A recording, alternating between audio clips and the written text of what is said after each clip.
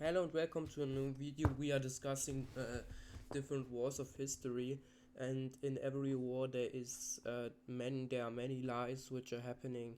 There are many myths and many historical incorrect stuffs. The first thing which dies in war is truth, and we are going to encrypt these things here and discuss every battle of the war, the geopolitical consequences of the war, the intention of each party, what each party actually did in the war, and yes, that's what we are going to do. And I hope you will enjoy it. And we are going to discuss both Chechen wars, which consequences they had, why they actually happened, and what each party in the war did. Why did Boris Yeltsin invade Chechnya in the first place? That's simple, because the fascist regime under Dudayev supported Afghan terrorism against the Russian armed forces, and there were many terrorist attacks in Russia with the help of Chechen forces. They sponsored terrorism. This was many times proven, and and even when Western sources, without any proof, that claim that terrorist attacks were false flag operations and everything was an inside job, blah blah blah, without any proof and without serious proof that the Chechens did it, and Tulayev admitted it in a speech even, and killed 600,000 Christian Chechens.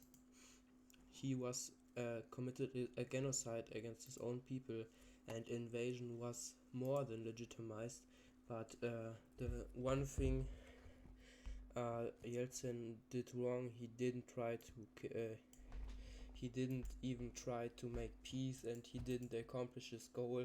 He withdrew forces and led Putin later in an uncomfortable situation.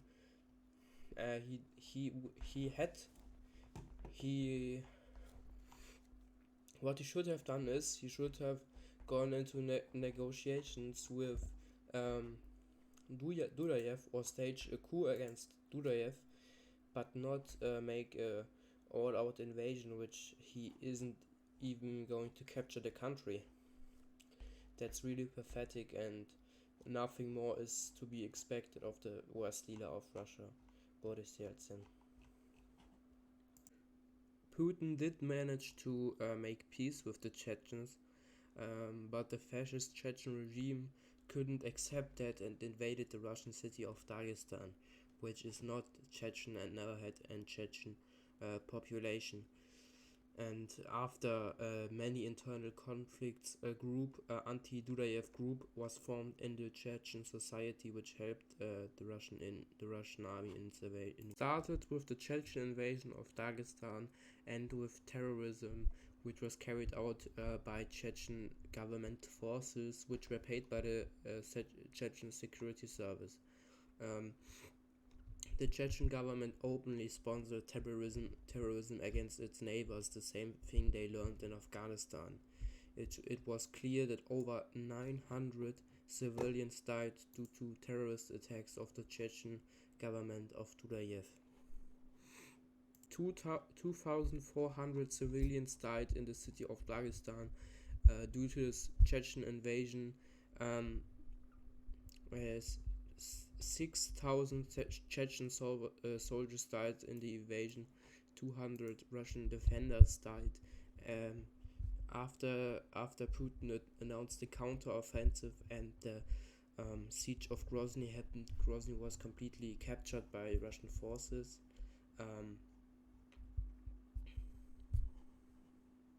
During the Russian offensive, 50,000 Chechen soldiers died.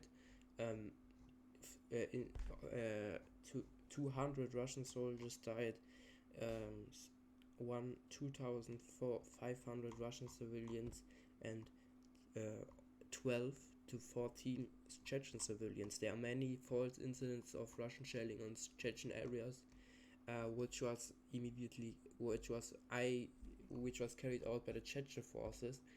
There are many false flag stories of Russian war crimes in this war, but nothing of this can be proven, and many atrocities of the Chechen forces and terrorism sponsored by the fascist Dudayev regime can be proven. Kadyrov, the leading anti-Dudayev force in the country, he fought the regime for many years. His brother was poisoned by the Chechen security forces. He was in prison for 4 years for criticizing Dudayev in public and showing empathy to Christian Chechens who were killed during Dudayev's rages. He is now the leader of Chechnya and the wise and strong leader he is. He is the best leader the country could ever had, and I think we found a good solution for that problem. But many Chechen soldiers died during the process, and if Yeltsin wasn't so stupid, and if Yeltsin would have to try would have tried to find a peaceful solution, and this all wouldn't happen, and we could have tried to stage a coup against Dudayev and make Kadyrov president without a war. It is called Russian imperialism. It is called Putin's first war crime, but that's not what happened. There are many incidents of Chechen-sponsored terrorism in Russia and Afghanistan. During the Dagestan invasion of Chechnya, many civilians were killed by the Chechens. I don't know how one can sympathize with the fascist war criminal Dudayev, and I don't. This is history and can't be written, can't be reversed. The country is now better in better hands. The country will never have a leader again who kills the Christian population. The country is now prosperous and democratic, and it will never have a fascist leader again.